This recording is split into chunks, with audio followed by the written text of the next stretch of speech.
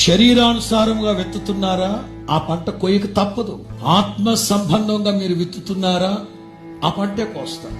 ఎందుకంటే మోసపోకండి, దేవుడు వెక్కిరించబడడు.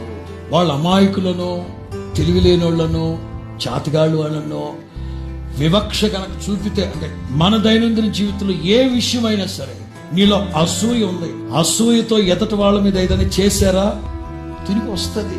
ఒకప్పుడు వాళ్ళు ఎవరో చేశారని ఇప్పుడు మనం చేస్తాం, ఆ తర్వాత వాళ్ళు వస్తే వాళ్ళు చేస్తారు కదా, రొటీన్ కదా. మరి దీనికి ముగింపు ఎక్కడా? ఆత్మానుసారంగా జీవించాలి. లోకస్తుల సంగతి నేను మాట్లాడట్లేదు. ఆత్మానుసారముగా విత్తండి.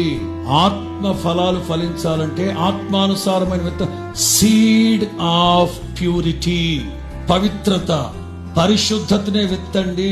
మరలా చెప్తున్నాను, చారత్వము, అపవిత్రత, కామకత్వము, విగ్రహారాధన, అభిచారం, ద్వేషం, కలహాలు, మత్సరాలు, క్రోధాలు, కక్షలు, భేదాలు, విమతాలు, అసూయ, మత్తతులు, అల్లరితో కూడిన మరలా చదువుకోండి వాక్యాలు.